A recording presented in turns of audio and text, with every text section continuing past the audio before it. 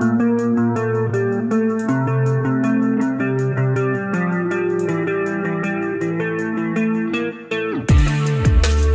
are great ideas undiscovered, breakthroughs available to those who can remove one of truth's protective layers.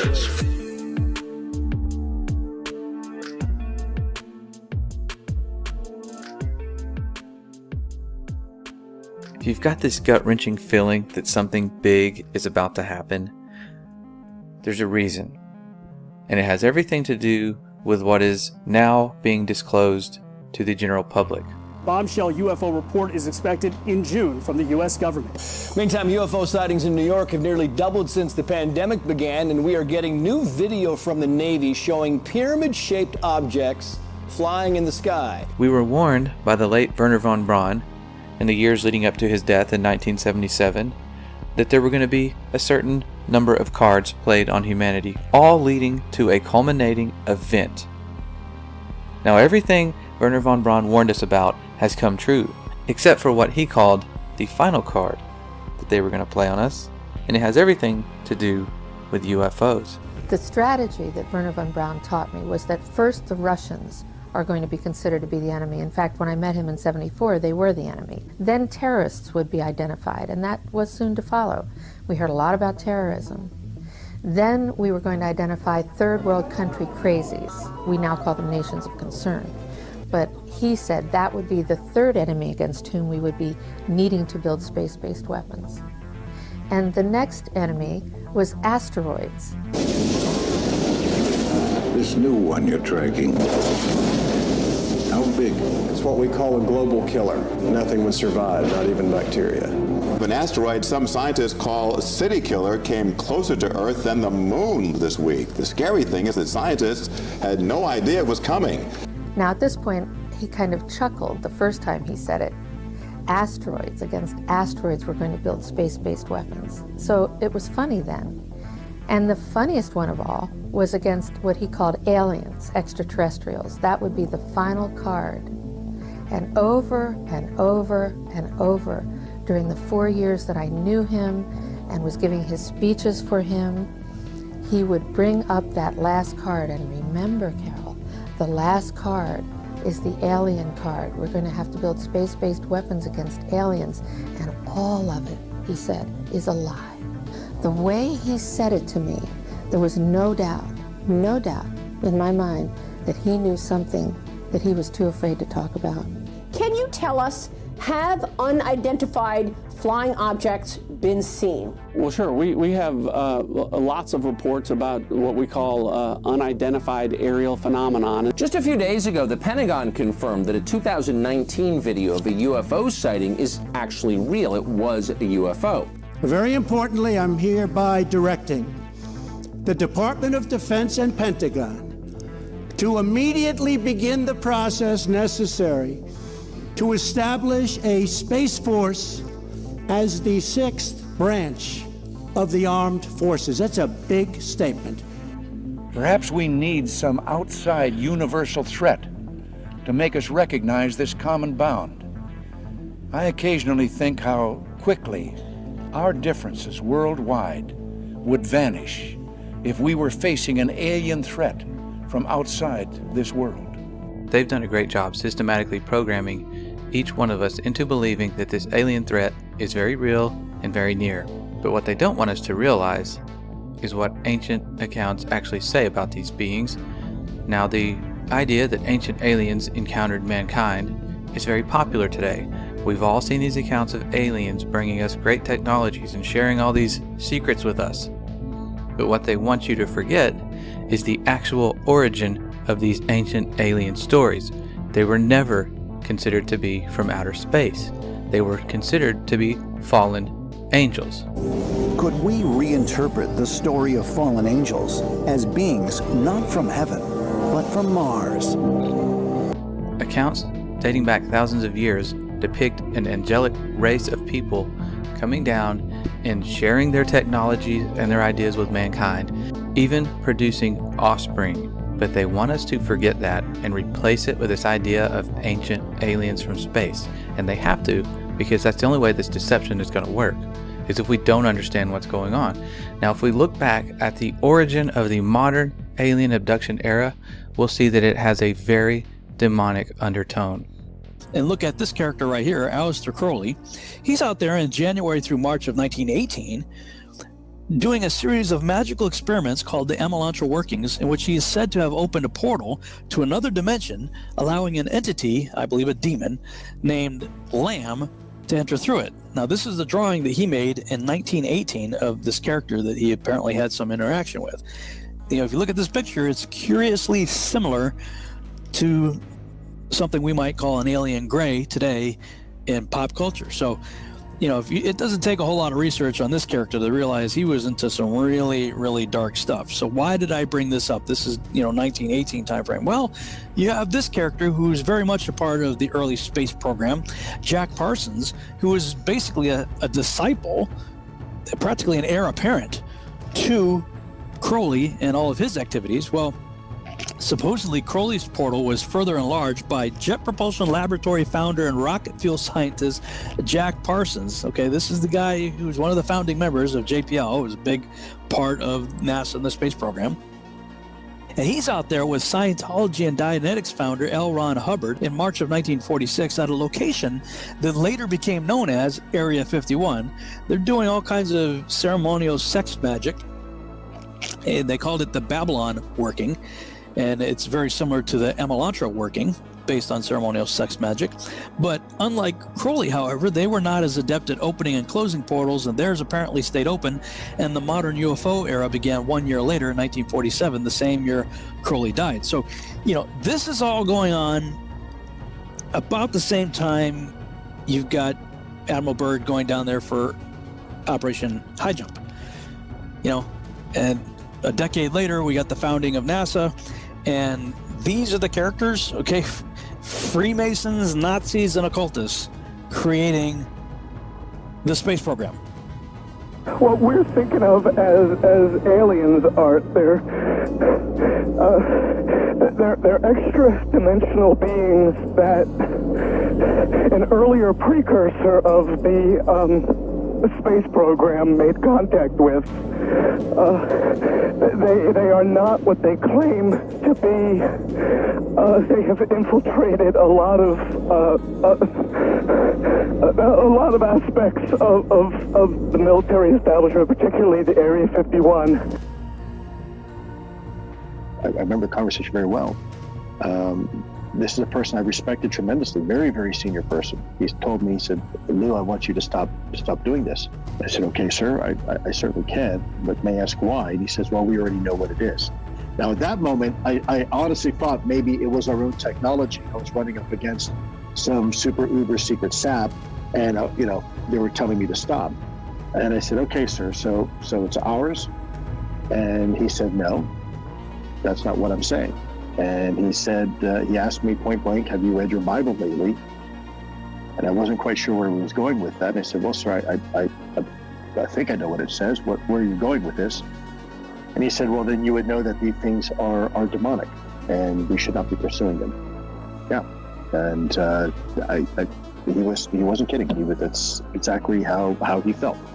So this is a Pentagon. This is a Department of Defense official saying, "Stop looking at UFOs because they're demonic." Correct. Before we can actually fully appreciate just how big this deception is going to be, we have to uncover the underlying deception, the one that puts this whole thing to rest. We all grew up believing the story that we were told, that Earth is just a speck of dust in an infinite universe, that there are other Earth-like galaxies out there and planets far, far away, and aliens could come visit us one day. But think back to the origin of that reality.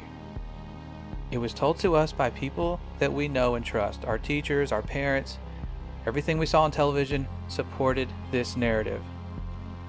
But what if we were actually at the center of the universe in a very unique place? And that brings us back to what every ancient cosmology understood about the skies that they were seeing above. They were not told what to believe. They were going out and they were mapping out the skies. And every one of them came to the conclusion that these stars that were rotating above our heads were making their own orbits in a fixed way. They believed that the heavens above were unchanging. Now they also believed the earth wasn't spinning or moving. They believed it to be perfectly still. And if we go back to the Genesis accounts, we start to see that they had this idea that there was a vast solid covering known as the firmament. It was the second day of creation. That's when it was made. The entire second day was spent making this solid covering, and that's where the stars were said to be placed. And other ancient cosmologies outside the Bible had the same understanding that the stars were fixed and they would all continue to make the same predictable paths for thousands and thousands of years. Many of their ancient structures were built specifically to line up with constellations. And thousands of years later, here we are seeing these same structures line up with the constellations they lined up with when they were built. They were using the sky as this great timepiece above to keep track of the days, the weeks, the months, the years. And that's how they understood things to work, that the earth was relatively flat, stationary, with a fixed, solid covering. Okay, now we were all taught in school that Christopher Columbus sailed in this big circle, and that proved once and for all that we live on a globe. But ancient maps, even after Columbus sailed his big circle, still showed that the earth was flat and stationary, with Antarctica being the edge. And what we all considered as settled science, that hundreds of years we've just known that the earth was a ball in infinite space, it was a highly debated issue until very recent history. And they were actually teaching the earth was flat in schools as recently as the 1920s. We were just talking and I asked you what shape the earth is, and what did you say? What were you taught in school in elementary school? I was taught in school that the earth was flat. And the first person to ever venture far enough up to see what the earth looked like was a guy named Auguste Piccard. Most of us have never heard of this person because when he made it to the stratosphere, he said he saw what appeared to be a flat disk with an upturned edge. Now, after Auguste Piccard ventured to the stratosphere, we have the U.S. Air Force showing us the stars from space for the very first time. And when you look at what they showed us, what they actually saw, you begin to understand why the moon landings never had stars in the background, why they're not showing us stars from space anymore, because it's very difficult to pull this off. The sky is deep black. As you can see the stars. Oh, yeah. You know, and pretty much all the time you can see the stars. The sky, of course, was black. The heavens are 10 times as bright, stars 10 times as numerous. And we could not see stars. The thing about Carl Sagan, billions of stars, there really are billions and billions of stars, and you can see them. It's an unfathomable blackness, with a texture you feel like you could stick your hand into.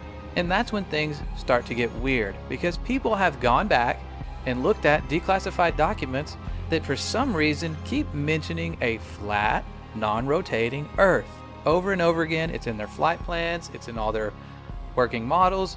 This flat, stationary Earth repetitively keeps showing up. If it doesn't exist, there'd be absolutely no reason to base all of your science on it. Something else shows up.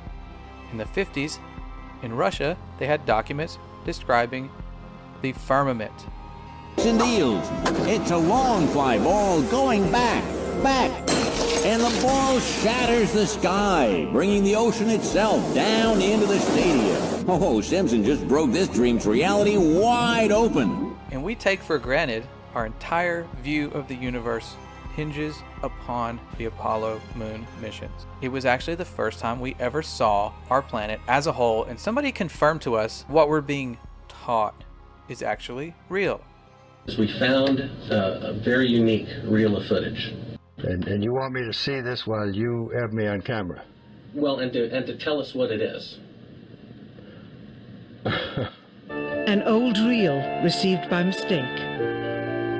It contains the raw or unedited footage of the crew of Apollo 11, Michael Collins, Edwin Aldrin Jr., and Neil Armstrong, staging part of their mission for nearly an hour. I think when you see the footage, you'll see that it's very extraordinary, one of a kind, behind the scenes type of footage. Yeah. Well, if it is, why do you have access to something that no one else has seen before? Serendipity, I guess. though the federal government would have you believe that this is a view of Earth from a distance out of the spacecraft's window as it nears the moon, it is not. What they have ingeniously done is placed the camera at the back of the spacecraft and centered the lens on a circular window in the foreground. Turn the camera off, please. As they perfected the shot, a crescent-shaped piece of black material was inset slightly into the window to create the illusion of the Earth's terminator line dividing night and day. It is uncannily convincing. If you show this publicly, you're open for a lawsuit. Here is the diffused work light that they used to see camera controls, but not throw light onto the spacecraft's wall. Finally, the iris is opened up, and you can see the real location of the camera and the very bright and near Earth out the window. You're talking to the wrong guy. Why don't you talk to the administrator at NASA? We're passengers. We're guys going on a flight. Now maybe we could say they faked the moon landings. But what about every single space agency after this? We're putting our trust in people to be honest and show us exactly what they're seeing. They would have no reason to lie about going to space, being on a space station, but that's where things start to get even weirder because we're catching them making big mistakes. They're having CGI glitches, their wire harnesses are not working correctly. If you do enough searching, you will find clip after clip of NASA fails. These people messing up in the middle of what's supposed to be a live feed because even with the best technology, things screw up.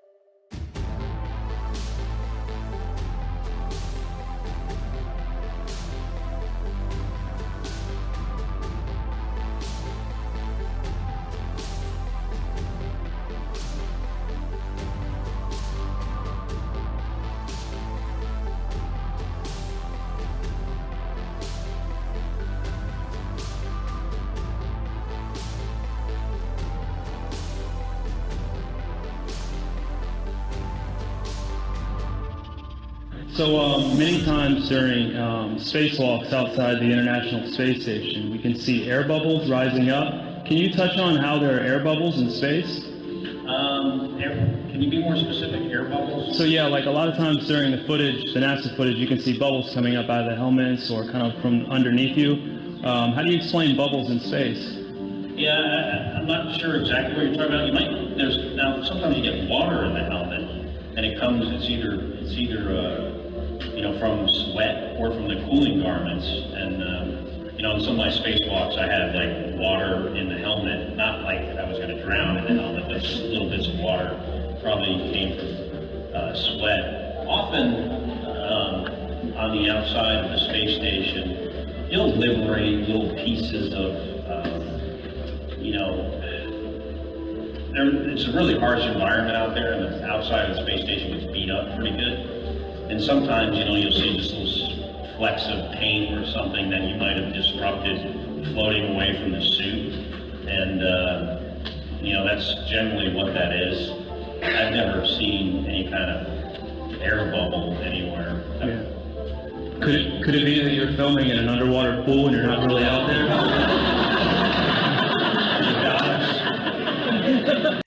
Now, you and I could put this whole thing to rest ourselves by going to space. Civilians could go to space. They've been promising us this for years. We can just take a rocket and go to space, right? They are working on it as we speak. In a year's time. In the last few months. Early next year. Very few months. Sometime next year. By the end of the year, we should be taking members of the public into space.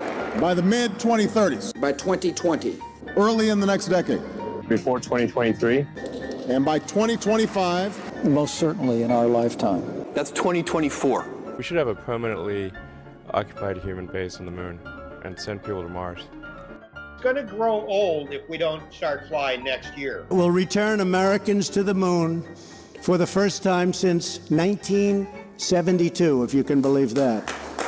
With our hopes of ever going to space continually burning to the ground, we're left with no other option but to take the pictures of Earth that NASA gives us. I don't want to fool you here.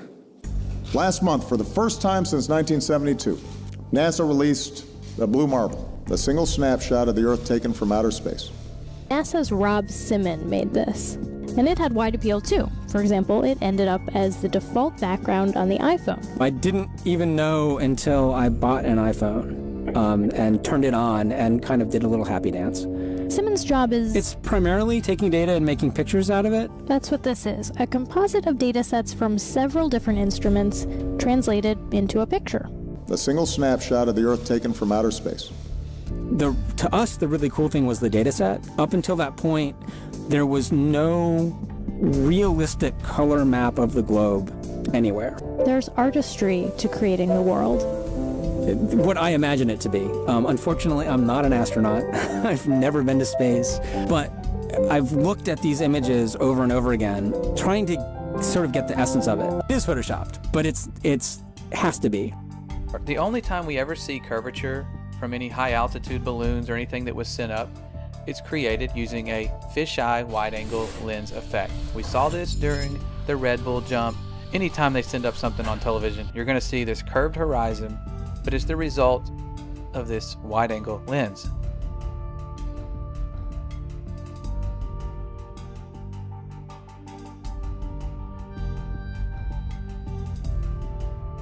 If you send up a non-fisheye lens to the highest height, no matter how high you go, horizon always rises to your eye level and it's always perfectly flat.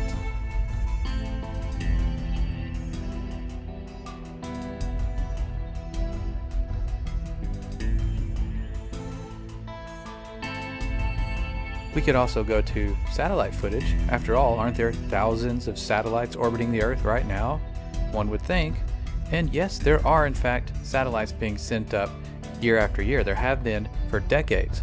The only problem is these satellites are launched on balloons, and they have been falling down all over the world. For a Michigan couple, when a satellite crash landed in their backyard, and their reaction? Priceless. Never know what's going to happen. This baby fell out of the sky and landed in our yard. Houston, we've had a problem here. Forget it, Bart. It's so bright out you can't see anything in the sky except the Fox satellite. Now this brings us to our second method of proof. If we can't go to space, we could simply sail anywhere towards Antarctica, towards the southern hemisphere, and eventually we're going to hit the edge of the known universe, the firmament, or whatever's out there. Could there be more land? We don't know. But we could go prove for ourselves by circumnavigating north to south. The only problem is no one's allowed to do this. The Antarctic Treaty prevents it. You can take a guided tour. They'll take you to a fake South Pole and tell you, okay, this is where it is. But independent exploration is prohibited. It's guarded heavily by the military. You can't just go to Antarctica and check it out for yourself. Antarctica has effectively been off limits since December of 1959, and this was signed into law and agreed upon by over 50 countries. That should raise a little bit of concern. Why would an icy continent be off limits? Well, that's something we may never find out. Admiral Richard Byrd, one of the first people to really explore Antarctica, came back making bizarre claims of resources and in a time when Antarctica would be highly sought after by other nations. He also talked about unexplored land beyond the South Pole. Admiral Byrd, you've been to both the North Pole and the South Pole. Is there any unexplored land left on this Earth that might appeal to adventurous young Americans? Yes, there is. And not up around the North Pole, because it's getting crowded up there now, because they find out it's really usable, not only to live in, but militarily. But strangely enough, there's left in the world today an area as big as the United States that's never been seen by a human being. And that's beyond the pole on the other side of the South Pole from Middle America. And I think it's quite astonishing that there should be an area as big as that unexplored. This is a tremendous So there's a lot of adventure left down at the bottom of the world. Well, Admiral, do you hope to see that? I do. Okay, so we can't personally go high enough to see this planet or sail far enough away to see if there is an end to this Earth or some land beyond Antarctica. but we do have a chance to watch rockets launch. They go up all the time. You can watch these rocket launches that seem to be happening more and more, but you have to wonder why they're taking this curved path and they're not going straight up. Now the official answer is they're taking some curve with gravity, and there always will be some cover story for why they can't go straight up. But the big question is, why are we now stuck in low Earth orbit? We seem to get past it multiple times during the Apollo missions. The moon is well beyond low Earth orbit, but now we're stuck, and NASA will tell you for themselves. Right now, we only can fly in Earth orbit. That's the farthest that we can go. As we get further away from Earth, we'll pass through the Van Allen belts, an area of dangerous radiation. We must solve these challenges before we send people through this region of space. Any ill effects from the Van Allen radiation belts? No. Now, I'm not sure we went far enough out to encounter the Van Allen radiation belt. Maybe we did. The belts are 1,000 miles to 25,000 miles above the Earth. Then we went right out through them. No effects on your cells? Didn't even know it. I don't think anybody, well, maybe somebody said you went through the radiation belt, but we didn't feel it inside. I'd go to the moon in a nanosecond. The problem is we don't have the technology to do that anymore. We used to, but we destroyed that technology, and it's a painful process to build it back again. This next generation spacecraft will enable America to explore beyond low Earth orbit. One thing I really want your generation to embrace is that the Earth is a closed system. We cannot leave the Earth. So what about the proofs we were actually given for this Earth being a globe other than pictures in NASA? One of those, the first that I recall, is boats going over the curvature. As ships sail away, they don't disappear all at once. First, the bottom will disappear. See, the bottom of the ship is gone. Now we can see midway up, and then the whole thing disappears. Now, ships came back. They didn't fall off a table. So people realized that the world is curved. I mean, it's a big curve, but it's curved. So, the process of testing claims, the world is flat, the world is round, is what we call science. Now, if you have a claim that can't be tested, that's what we call pseudoscience. The difference between pseudoscience and regular science is whether or not you can test it. The flat Earth, well, that didn't stand up to tests. The round Earth did. Extraordinary claims require extraordinary proof. The world is round. Now this seems legit. Boats do appear to disappear bottom up and go over a curvature at a pretty relatively short distance, which would make sense if the Earth is indeed a ball. The only problem with this theory is when you take a high zoom camera, a telescope, or something with high zoom capabilities, you can bring back a boat that has appeared to vanish. All right, we have optical limits to how far we can see certain objects. Not to mention atmospheric lensing. Your atmosphere will act like a lens. And you can test and repeat this on a very flat surface with a camera yourself. You will see objects appear optically to disappear bottom up, just like they're going over a curvature, but you can demonstrate this on a flat surface. It's testable and it's repeatable. Science. Another big proof we were given was our sun, which it does appear to be going over the curve of the Earth, and we're told that's because we're falling backwards because of our rotation as we orbit the sun. But once you realize the sun is a local light, it's the exact same size as our moon above. That's why they line up perfectly on an eclipse. It's not because of the coincidence that one's just 400 times larger but also 400 times farther away. It's a much closer light and it's much smaller. Now you would think, because of all the false models we're given of this flat Earth theory, that it would just always be daylight or you should always be able to see the sun. But it's much closer and much smaller, so when it moves away from your line of sight, it follows the known laws of perspective. And it has to follow these laws because as objects that are, even if they're high up, as they get further away, they appear lower and lower, and eventually you're going to see it vanish due to perspective and the fact that our atmosphere isn't transparent. It might be clear for certain distances, but eventually everything's going to fade out. You can find time-lapse footage of the sun doing just this. You You can see it, and then all of a sudden it fades out and appears to vanish. That's because it is traveling through an atmosphere that is not transparent 100%, and it is taking its local light with it.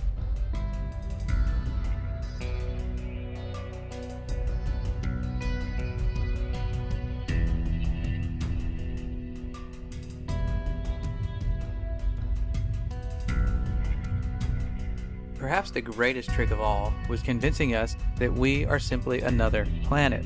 We all learned the planets in school, we had songs, we built solar system models, and when we looked up and saw these lights in the sky, we assumed that we were simply a light in someone else's sky. It was a really good trick because that is the one that most people go to. How are we not round if other planets are round and we are assuming these lights to be other planets? But when they send us these images of other planets, you have to read the fine print and wonder why they rely so heavily on CGI. Over the years, NASA has given us spectacular photos and renderings that reveal a colorful and mysterious universe. In a small, bright office, working side by side, Robert Hurt and Tim Pyle bring the universe to life. What we're doing does have real science underlying it. Tim, once a Hollywood animator, is now a planet illustrator. Together, they produce some of NASA's most popular images. And this is sort of how it comes to me. And then Many of those images have a dark, grainy start, but color and light reveal an astonishing glimpse of how the deepest regions of space might appear to the human eye. It's a delicate blend of imagination and data. The artists meet with NASA scientists over many drafts to ensure a planet or galaxy look lines up with the research to make each one as accurate as possible. I love the challenge. It's kind of like a puzzle to me of trying to create something that looks really cool within the restrictions that were given by the scientists. It can take days, even weeks, to produce just a single image. The dazzling final results, enough to keep us all dreaming of the final frontier for years to come. And while NASA struggles to get consistent photos or videos of our planet, they have no problem sending us HD images from Mars. We're expected to just believe these are legitimate.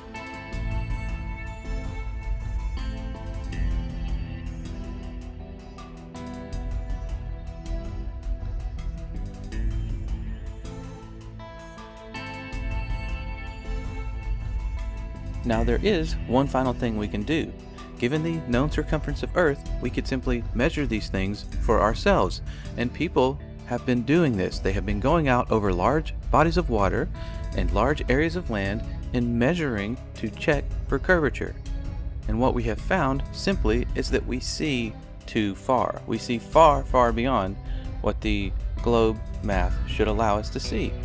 The current record holder for the longest line-of-sight photograph captured mountain ranges were 275 miles away. They should have been at the given height and distance nearly 4,000 feet below the line of sight.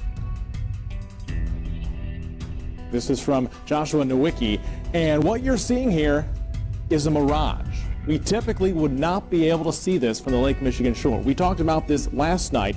Conditions are right on the lake that we're actually seeing a mirage. As we find ourselves on an Earth much different than we ever imagined, it brings us back to this upcoming deception, this final card, and what it's truly all about.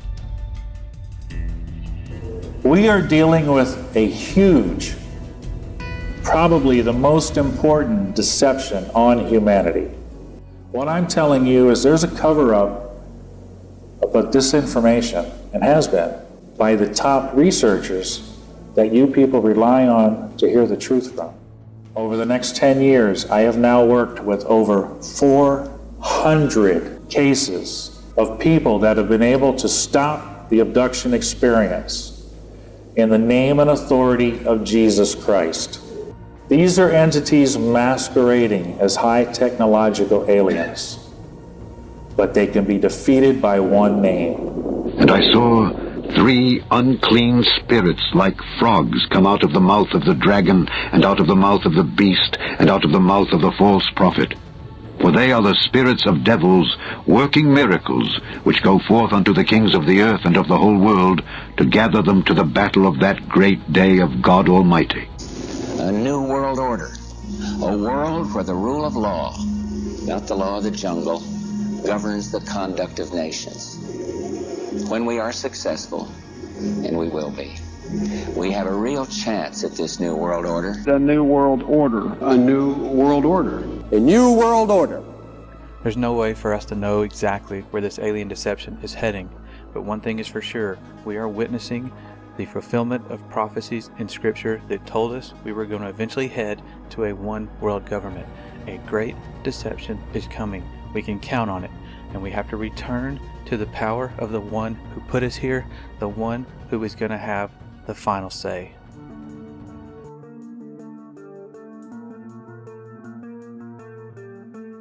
I'm amazed. I'm so happy to know it's true. It's true, and God created this world.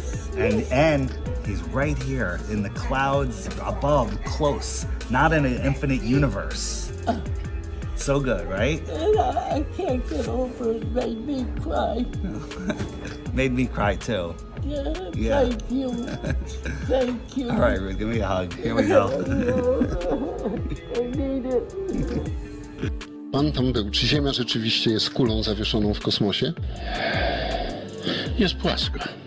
Tak jak oczekują i nie spodziewałem się co prawda tego pytania, ale zapewniam pana, że jest płaska. It's the best flat earth proof right behind me. This is what you have to believe in if you believe in the ball. You have to believe that you're spinning faster than the speed of sound, that you're orbiting 66,000 miles an hour, which you can't even fathom that speed, while you're chasing the sun at 500,000 miles an hour, while the whole system is moving sideways at 1.2 miles an hour, right? And all of this is happening, okay? And how it started to happen is ridiculous, but while all of that is happening, this happens. Okay? Oh, dude, you got some great images. I love it. He came prepared. This is the Earth. This is water at large bodies of water at rest lay flat.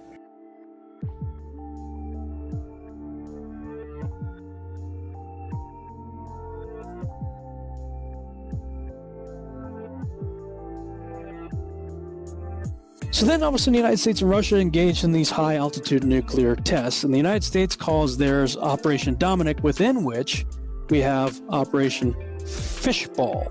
Look up the name Dominic from the late Latin name Dominicus, meaning of the Lord. Fishball was part of Operation Dominic. It looks like they are sending high altitude nuclear bombs to test the fishbowl of the Lord, i.e. the firmament.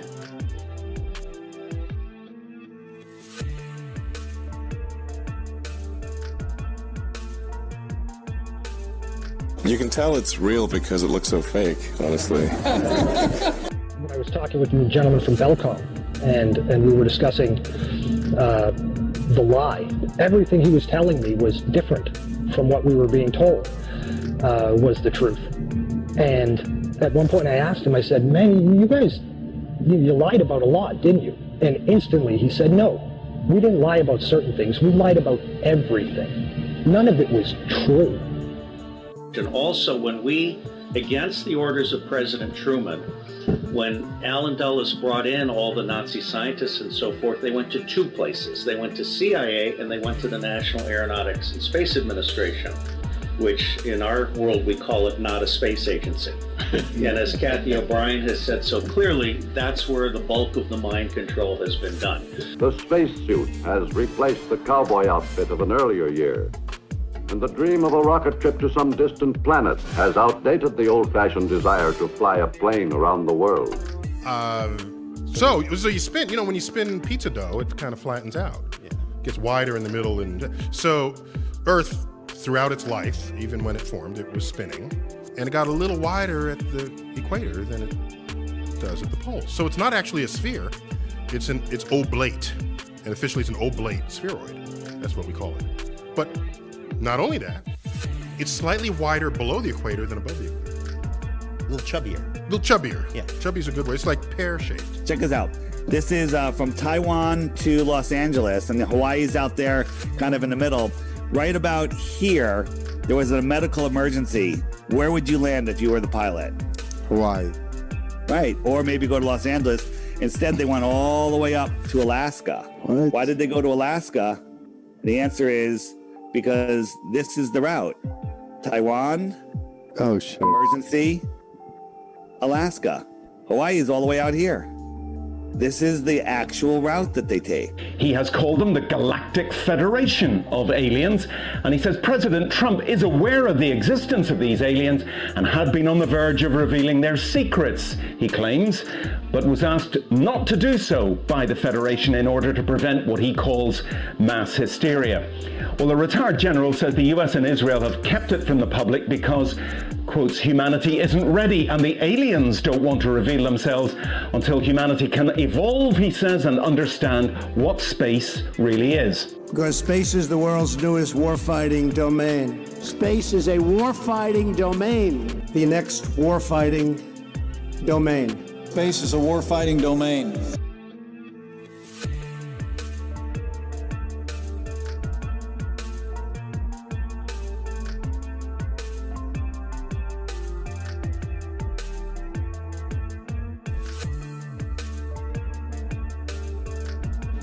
Finally, my brethren, be strong in the Lord and in the power of his might. Put on the whole armor of God, that ye may be able to stand against the wiles of the devil. For we wrestle not against flesh and blood, but against principalities, against powers, against the rulers of the darkness of this world, against spiritual wickedness in high places.